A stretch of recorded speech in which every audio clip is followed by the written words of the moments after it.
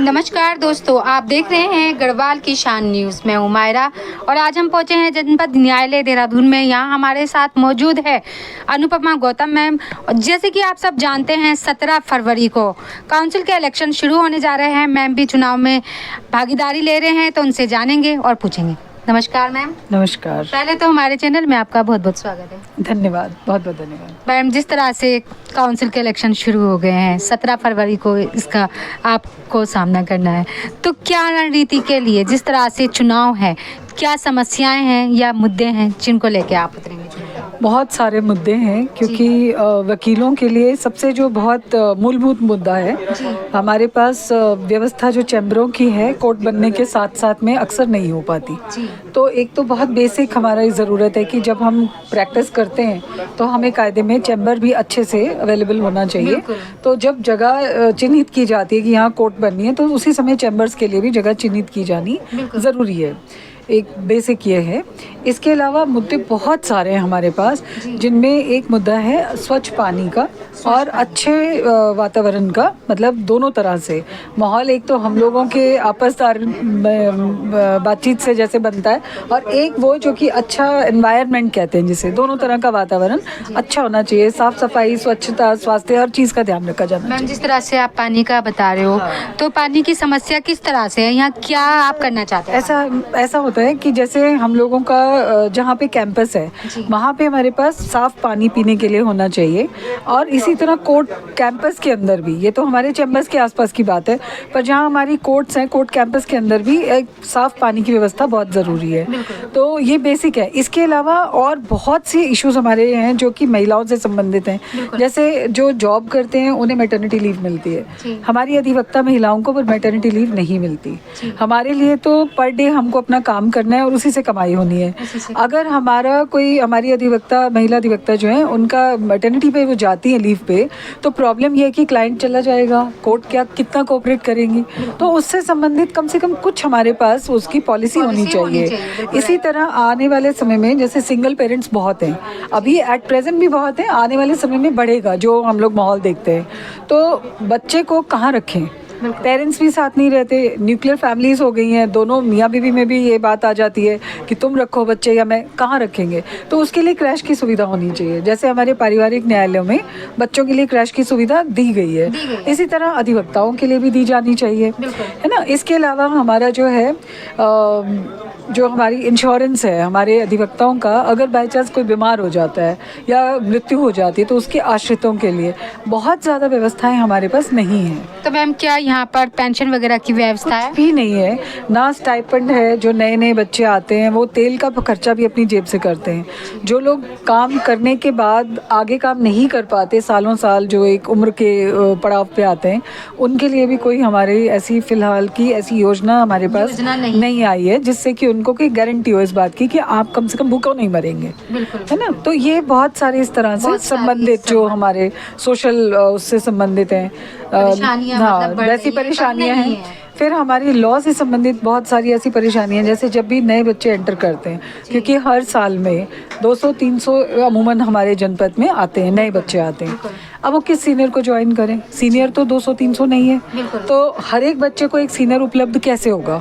तो उसके लिए कोई ऐसा फोरम हो जिसमें सीनियर अपना जाकर समझाएं उन्हें कि ये प्रक्रिया है। एक वकील का जो है व्यवहार क्या होना चाहिए न्यायालय के अंदर, न्यायालय के बाहर, अपने क्लाइंट्स के साथ, पढ़ाई में अपना जो आपको किस तरह से प्रेजेंट करना है, मुकदमे को कैसे प्रेजेंट करा जाना है, क्या क्या चीज़ें इंपॉर्टेंट है जो आप पढ़े। एक ही सीनियर पे बहुत सारे जूनियर्स होंगे, वो ध्यान ही नहीं दे पाएगा, और बहुत से जूनियर्स पे सीनियर्स ही नहीं होते, तो सीखेंगे कैसे। तो मतलब उनको एक कॉमन फोरम दिया जाए जिससे कि जूनियर्स की समस्या ना हो, सीनियर्स की ना हो, क्योंकि कोई भी सीनियर अकेले काम नहीं कर सकता। मैम, जिस तरह से देखा जा रहा है, यहाँ पर सबसे बड़ी जो समस्या या मुद्दा समझ में आ रहा है लोगों को, वो चैम्बर का आ रहा है, क्योंकि सबका कहना है कि चैम्बर के बिना किस तरह से रहेंगे। अगर चैम्बर यहाँ से चला जाएगा तो ज़मीन, जिस तरह से 65 बीघा में यहाँ के चैम्बर बने हुए हैं और 9 बीघा ज़मीन सरकार दे रही है, तो उसमें इतने सारे वकीलों की समस्या तब भी जुड़ी रहेगी। तो इन समस्याओं को किस तरह से दूर करेंगे? देखिए, इसके लिए तो इस समय पे कुछ भी कहा जाना इसलिए संभव नहीं है, क्योंकि नीति जो बननी है वो काउंसिल के गठन के बाद में तब काउंसिल के बनेगी। गठन के बाद तो बनेगी। जैसे मैंने आपसे शुरू में कहा कि मेन हमारी जो ज़रूरत है वो ये है, जहाँ भी कोर्ट का निर्माण होता है वहाँ चैम्बर की जगह बनाई जाए शुरू से ही। अब एक अगर कैंपस में या एक ज़िले में कोर्ट हम देखते हैं तो बहुत होंगे, 40-50 जुडिशल ऑफिसर्स होंगे, लेकिन अगर उसकी तादाद में हम लॉयर्स को देखते हैं तो कई गुना ज़्यादा हैं। तो उनके लिए अगर हमारे पास कैंपस की भूमि 40 बीघा 45 बीघा दी जा रही है, तो वकीलों के लिए पार्किंग भी चाहिए, उनके पास क्लाइंट्स आते हैं, लिटिगेंट्स आते हैं, उनके टाइपिस्ट हैं, स्टाम्प वेंडर हैं, सबको मिला के अगर देखें तो वो गुना जो है कई और बढ़ जाता है ना। तो उनके लिए कम से कम उतनी व्यवस्था तो हो कि जिससे एक आराम से वो बात कर सकें, आराम से अपने क्लाइंट को अटेंड कर सकें, क्लाइंट को भी ये टेंशन ना हो कि जो मैं लॉयर से मिलने गया मेरी गाड़ी टो हो गई। तो ये बेसिक ज़रूरतें हैं हमारी। बिल्कुल। पहली प्राथमिकता क्या रहेगी कि अगर आप जीत के आते हैं तो? प्राथमिकताएं बहुत सारी है, इस समय कुछ एक पर्टिकुलर के लिए नहीं कहा जा सकता, मगर जो सबकी जो रूट में है, जड़ में जो है वो है हमारे सभी अधिवक्ता समाज का, जो ज़्यादा से ज़्यादा वेलफेयर करती हूँ, उन संबंध में सारी जो है नीतियों के बारे में बात करें। और तैयार नीति के बारे में बताएं मैम, जो कि आप खुद से करना चाहते हैं। मैं बहुत सारी हैं, एक से नहीं होगा। इस समय मैं यही कहूँगी कि वेलफेयर ऑफ एडवोकेट्स जो है हमारा मेन, जो सब चीज़ों का जो सार है वो वेलफेयर ऑफ एडवोकेट्स है, उसी को हम साथ में लेकर चलें ताकि सबकी ग्रोथ हो। सबकी मेन एम हमारा ये है। तो जिस तरह से देखा जा रहा है, आप एक महिला हैं, श्री मोदी जी ने भी 50% आरक्षण महिलाओं को दिया है। आप देख रहे हैं रोज़गारों की कमी, कहते हैं कि रोज़गार बहुत ज़्यादा बढ़ तो गया है लेकिन रोज़गार करने वालों की कमी है। लेकिन जहाँ तक देखा जा रहा है, सुनने में भी आ रहा है, जिस तरह से अभी आपने बताया, यहाँ पर कितनी सारी परेशानियाँ बताई हैं कि एक एडवोकेट होने के साथ साथ मुद्दे बहुत हैं, क्योंकि सैलरी नहीं है, खुद जो रोज़ कमाते हैं वही वो होता है, जो जूनियर आते हैं उनकी समस्या कितने महीनों तक, सालों तक चलती रहती है, तो कमाई का कोई ऐसा साधन नहीं है। तो क्या कहना चाहेंगे आप?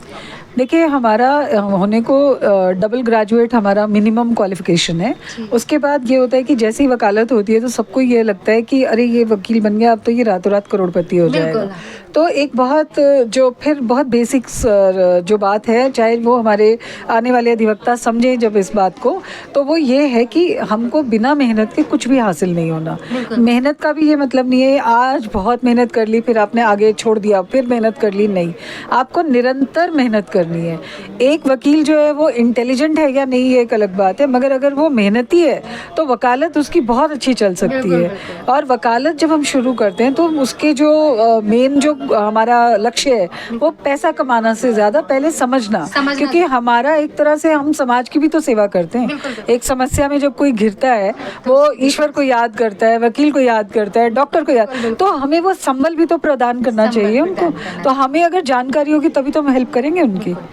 आप क्या कहना चाहेंगे, जिस तरह से आपके सारे अधिवक्ता हैं, किस तरह से आपको वोट दें, और जिस तरह से अभी थोड़ा सा हमने सुना भी है कि वोट, जिस तरह से काउंसिल का इलेक्शन है या बार एसोसिएशन का इलेक्शन है, कि वोट देने के लिए लोग बाग वोटों का वो गलत इस्तेमाल करते हैं, तो क्या कहना चाहेंगे? देखिए, मेरा सबसे ये कहना है, मैं किसी एक इलेक्शन की बात नहीं करती, मैं हर इलेक्शन के लिए एक बात ज़रूर कहना चाहूँगी। आज की तारीख में यदि मुझे ये प्रलोभन दिया जाता है कि भाई मुझे वोट करो, मैं तुम्हें पैसे भी दूंगा और बाकी भी तुम्हारी व्यवस्था करूँगा, तो एक छोटे समय के लिए ये चीज़ सुख दे सकती है ना, लेकिन आगे 5 वर्ष का जो टेन्योर है, चाहे वो किसी भी संस्था के लिए हो, उसमें हमने उसे कितने गुना करके लौटाना है ये समय बताएगा। तो हमें ऐसे भ्रष्टाचार का हिस्सा बनना ही नहीं है, ना हमें इस बात के लिए हामी भरनी है कि ठीक है मेरी ये हफ्ते 10 दिन की व्यवस्था हो गई तो चलो मैंने तुम्हें वोट कर दिया। वोट करने से पहले ये ज़रूर देखा जाना ज़रूरी है, आप जिस प्रत्याशी को चुन रहे हैं नीति बनाने के लिए, क्या वाकई वो आपके हक से नीति बनाने के लिए तैयार है, आपके हक में नीति बनाने के लिए तैयार है?